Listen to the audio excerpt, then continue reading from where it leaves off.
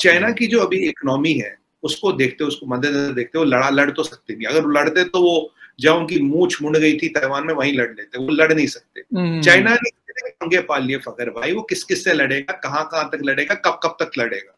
देखिए लड़ाई होती है जब दो लोग होते हैं। अगर आप ऐसी लड़ाई करो जिसमें 20 लोग आपके सामने खड़े हो जाए या 5 लोग खड़े हो जाए, आप भी नहीं लड़ोगे, मैं भी नहीं लड़ूंगा। बिल्कुल। तो जैसे रशिया यूक्रेन में लड़ाई क्यों हुई, वो रशिया और यूक्रेन की लड़ाई है। अगर उसमें 15 कंट्री इन्वॉल्व होती है, लड़ाई नहीं होती, राइट। तो ये जो चीजें चाइना कर नहीं सकता। अच्छा सुमित जी, एक तो ये चीज के इस वक्त आप लोगों का S-400 का एक और कैप आ रहा है, कैप हम कहेंगे या पता नहीं उसका क्या कहेंगे, कि एक और सिस्टम आ रहा है, वैसे तो एक इंस्टॉल हो चुका है बिल्कुल। अच्छा, LAC के ऊपर उसको लगाया जा रहा है। चाइना के मतलब हम तो स्टेटमेंट, क्योंकि जो उनका अवेलेबल मीडिया उनके हवाले से उनकी जो स्टेटमेंट्स आती हैं वो आप भी यकीनन पढ़ते होंगे, हम भी इधर पाकिस्तान में बैठ के उसी को फिर एक, या फिर अगर सम टाइम जिस तरह न्यूयॉर्क टाइम्स या गार्डियन या कोई और उसके ऊपर स्टोरी कर ले तो वो फिर देखने को मिलती है। लेकिन ज्यादातर तो उनका जो अपना 2-3 मीडिया हाउसेज है जो उनको कहा जाता है, तो वो सुना है कि वो उसके ऊपर काफी उनको रिजर्वेशंस हैं और ये सारा कुछ है, और थोड़ा से वो मतलब नजर आ रहे हैं कि तपे हुए हम कह दें या गुस्से में कह दें या वटेवर आप उसको कर सकते हैं। तो क्या ऐसी चीज है, और वाकई ये जो चाइना के पास मिसाइल टेक्नोलॉजी है उसके लिए बड़ा मतलब बेहतर है ये जो सिस्टम आप लोग वहां पे इंस्टॉल कर रहे हैं? देखिए फखर भाई, अगर हम किसी भी मिसाइल सिस्टम की बात करें तो लेयर्स होती है, layers of deterrence, layers of response. कभी ये नहीं होता कि आपने बंदूक चलाई मैं तोप चलाऊंगा, ऐसा कभी नहीं होता। सही, बिल्कुल ठीक। तो अब क्या होता है कि जब आप लैडर ऑफ एस्केलेशन पे ऊपर जाते हैं तो हमें पता उनके पास क्या, हमारे पास क्या, आपके पास क्या, हमारे पास ये है, आपके पास, तो आपकी भी मैपिंग होगी, हमारी भी होगी, चाइना भी है, China vis-a-vis India, India vis-a-vis Pakistan, Pakistan vis-a-vis India, ये मैपिंग हुई पड़ी। It's called escalation ladder. जी क्या करना आप देखिए, अब एस्केलेशन लैडर में there is a concept called कि can you block the ladder, आप लैडर को ब्लॉक कर सकते हो किसी लेवल पे। अब हमने आपके साथ ही बात की थी, जो चाइना के पास S-400 अभी है उसमें 400 किलोमीटर इंटरसेप्ट करने वाला मिसाइल नहीं था, क्योंकि रशियंस ने उन्हें दिया नहीं, क्योंकि ये रिवर्स इंजीनियर करके कुछ गड़बड़ कर देगी। अब जो हमें दिया है, जैसे लास्ट टाइम आपके शो पे मैंने बोला, इसका जो 100-400 किलोमीटर वाला मिसाइल दिया, मैंने सुनने में आया कुछ एक्सपर्ट्स का माना उसकी रेंज 400 से भी ज्यादा है। उसका रडार एडवांस है, उसके रडार का जो हॉरिजन है वो बढ़ा किया गया है, और इसमें जो प्रॉक्सिमिटी फ्यूज है उसमें भी दूरी बढ़ाई गई, which makes the system more efficient. अब S-400 लगने के बाद China has to really go up the escalation ladder to bypass it. But अगर आप अप जाओगे एस्केलेशन लैडर पे, there is no coming back. Problem यहाँ है, अगर आप फिर बहुत बड़ी कोई चीज यूज करोगे then it will be a full blown war। अगर आपने फिर ICBM वगैरह लेवल पे गए तो हमारे फिर ICBM जब चलने लगते हैं फिर ये लड़ाई कहाँ रुकेगी किसी को नहीं पता। क्योंकि अब पीछे आपने एक और चीज देखी होगी, चाइना ने एक स्टेटमेंट दिया था कि भाई अब देखिए LAC पे क्या हो रहा है आजकल, वो J-8 और J-12 जो MiG-21 की कॉपी उनके पास है उसको उड़ा रहे हैं बार बार। एक 10 किलोमीटर का एरिया है फकर भाई LAC के पास, कॉन्फिडेंस बिल्डिंग जोन कहते हैं उसे। ये एग्रीमेंट है, आप 10 किलोमीटर तक नहीं आओगे। वो क्या करते हैं, LAC नहीं आते, उस 10 किलोमीटर के एरिया में घुसते निकलते हैं। अच्छा, जैसे वो घुसते हैं हमें भी जहाज उड़ाने पड़ते हैं। उनकी मंशा क्या, उनकी मंशा ये है कि हम अपग्रेडेड सुखोई उड़ाए, उनकी मंशा ये हम राफेल उड़ाए, उनकी मंशा ये देखना कि हमारे नए एयरफील्ड्स कहाँ है, नई एयर स्ट्रिप्स कहाँ है। अच्छा, एक थोड़ी सी एक चीज आपको, सॉरी आपको कट कर रहा हूँ, लेकिन आप लोग की एयरफील्ड एक LAC के करीब भी है जहाँ पे राफेल डिप्लॉयड है ना? हाँ, वो नई भी कुछ एयर स्ट्रिप्स नई भी बनी है, मुझे नहीं पता कहाँ बनी है। एयर स्ट्रिप्स नई भी बनी, कुछ डिप्लॉयमेंट्स और भी हुई। ये क्या कोशिश करते हैं, ये करते हैं कि हम राफेल उड़ाए, हम ये अपना ये Su-30 उठाए MKI विद जिस पर ब्रह्मोस लगा है। ये देखना चाहते हैं हमारा रेस्पॉन्स टाइम, ये देखना चाहते हैं हम कितनी देर में इंटरसेप्ट करते हैं। हम क्या कर रहे हैं, हम उड़ा रहे जैगुआर और हम उड़ा रहे मिराज। जैगुआर और मिराज के सारे स्पेक्स है, इनके पास भी जैगुआर है, शायद मिराज है नहीं है, मुझे नहीं पता, जैगुआर इनके पास भी।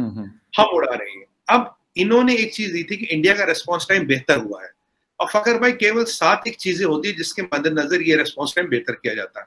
पर आज चाइना को ये नहीं पता उन 7 में से कितनी चीजें हमारे पास है, हमने कौन सी एक्टिवेट की और कितनी एक्टिवेट की है। ये वो सिर्फ हमारी रेस्पॉन्स टाइम नापने के लिए वो जो हरकतें करते ताकि हम रिएक्ट करें और उन्हें पता लगे।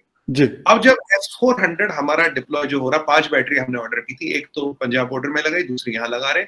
इसके होते ही you have to go very high up in the escalation ladder, कि जो स्टेप आपने काफी स्टेप्स ब्लॉक कर दिया S-400 के लगते ही।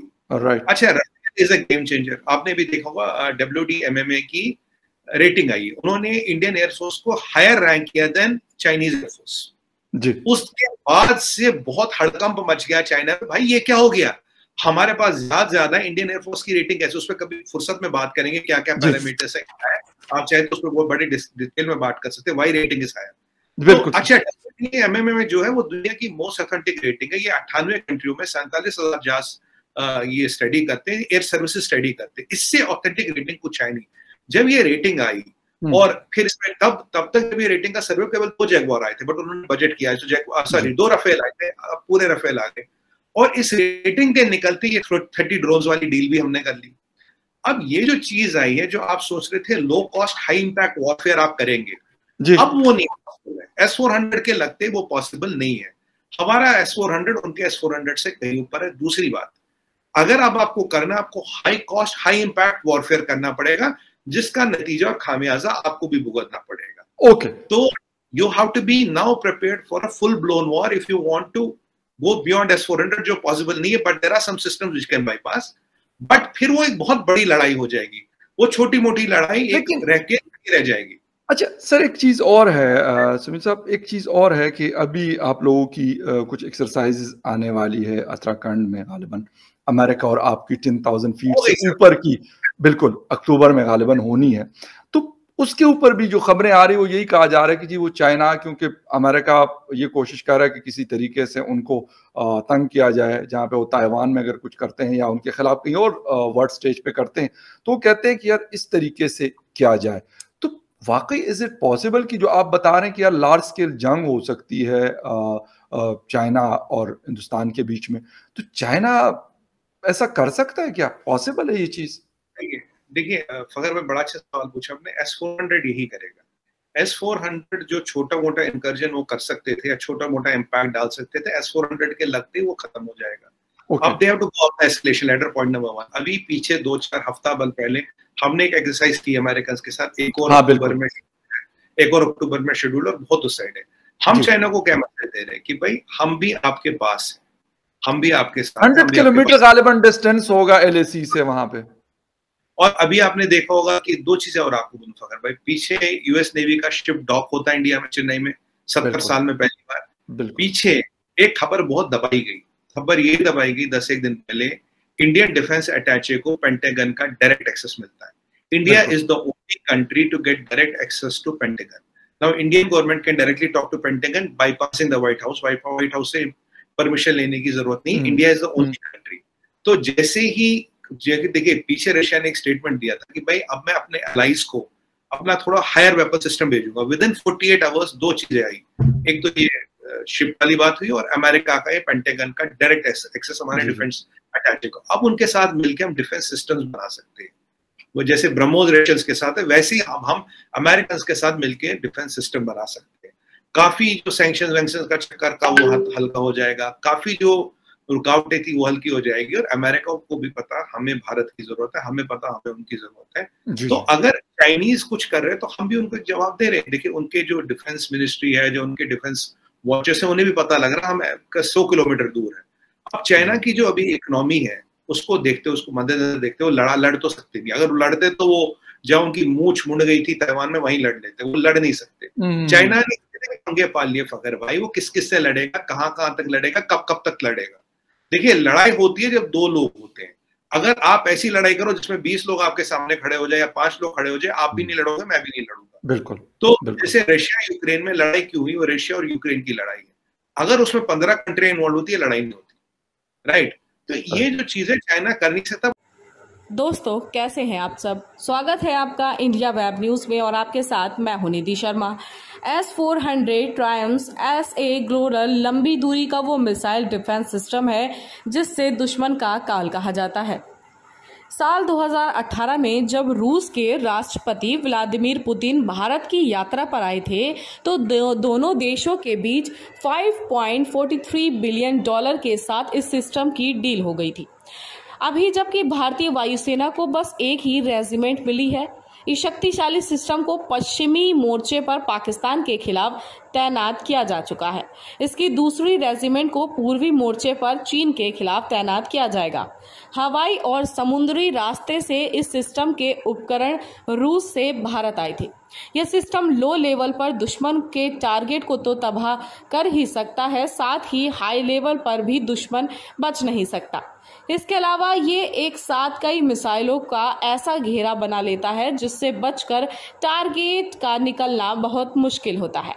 Air defence system 92N6E electronic radar से लैस है। इसकी वजह से इसे ब्लॉक यानी जाम करना बहुत मुश्किल है।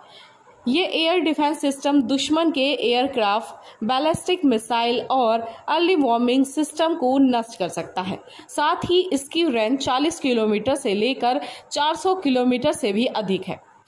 इस एयर डिफेंस सिस्टम को भारतीय वायुसेना के बेड़े में सबसे ताकतवर हथियार करार दिया जा रहा है। इस सिस्टम की डील भारत के लिए इतनी अहम थी कि उसने अमेरिका की तरफ से प्रतिबंधों का भी खतरा मोल ले लिया था। दिसंबर 2021 में इस सिस्टम की पहली रेजिमेंट भारत आ गई थी। अब इस साल दूसरी रेजिमेंट और फिर अगले साल के अंत तक बाकी बची रेजिमेंट के भारत आने की संभावना है। सिस्टम को कैसे ऑपरेट करना है, इसके लिए 400 वायु सैनिकों को मॉस्को ट्रेनिंग के लिए भी भेजा गया है। इसलिए चीन भी अब भारत से पंगा लेने की नहीं सोच रहा है। दोस्तों, लोग पीएम मोदी को लेकर ना जाने क्या सोचते हैं, उनकी विदेश यात्रा को लेकर भी, पर आप सभी वो नहीं देखते कि अब भारत कितना शक्तिशाली देश बन चुका है, जो हमारे लिए ही सही है। तो इस रिपोर्ट में फिलहाल इतना ही। आप हमारे साथ देखते रहिए इंडिया वेब न्यूज।